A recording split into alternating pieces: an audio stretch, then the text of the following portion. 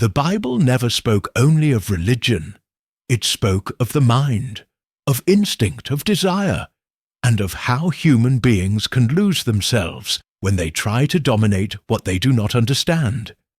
Many read ancient texts as commandments, but in fact they are psychological warnings, mental maps, warnings about what desire can do when it finds no limits.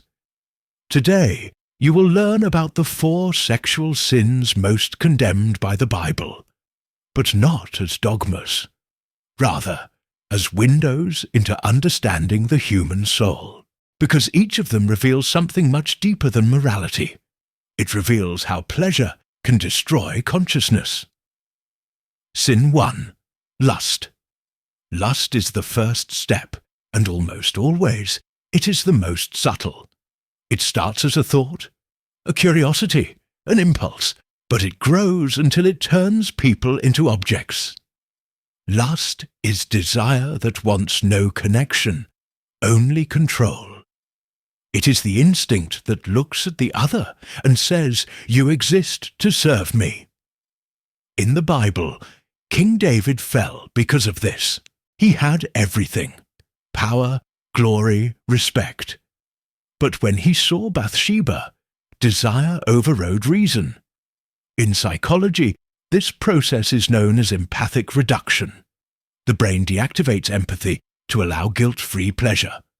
The mind manipulates its own moral system, creating justifications for the impulse.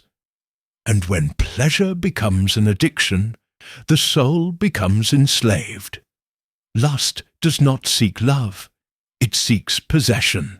And every manipulator starts this way, by turning the other person into a mirror of their own ego. Sin 2. Adultery. Adultery is not just physical betrayal. It begins long before the body. It begins when the heart strays from its purpose. In the Bible, adultery is described as a breach of covenant. But the deepest covenant is not with someone else. It is with yourself. True adultery happens when the mind decides to lie to its own spirit. When it says, "I deserve more. I am not being understood. I can hide this." Carl Jung said, "Everything we deny in ourselves returns through the shadow." And that's exactly it. Those who betray others have first betrayed themselves. Adultery is the act of running away from the mirror, of not wanting to face the inner emptiness. And thus, the most dangerous cycle is created. The mind invents reasons for the mistake until it seems fair. The name for this in psychology is cognitive dissonance, the unconscious ability to manipulate one's own truth in order to continue sinning in peace. Sin 3. Desire for domination. This sin is the most camouflaged and the most dangerous, because it does not arise from the body, but from power. The desire for domination is the pleasure of controlling others, not only physically, but emotionally. It is the addiction of feeling like the owner of another person's will. The Bible portrays this from the beginning. The serpent did not desire Eve's body. It desired control over her choice. Sin, therefore, is not the act. It is the manipulation that precedes the act. In psychology, we call this emotional sadism. It is when pleasure depends on the suffering or submission of others. And the most sinister thing is that the dominator rarely shows himself as a villain. He disguises himself as a savior, a guide, a protector. But every time someone tells you what to think, what to feel, what to do with your body, that someone is trying to be God in your mind. And that's when the soul begins to lose itself. Sin 4. Profanation of love.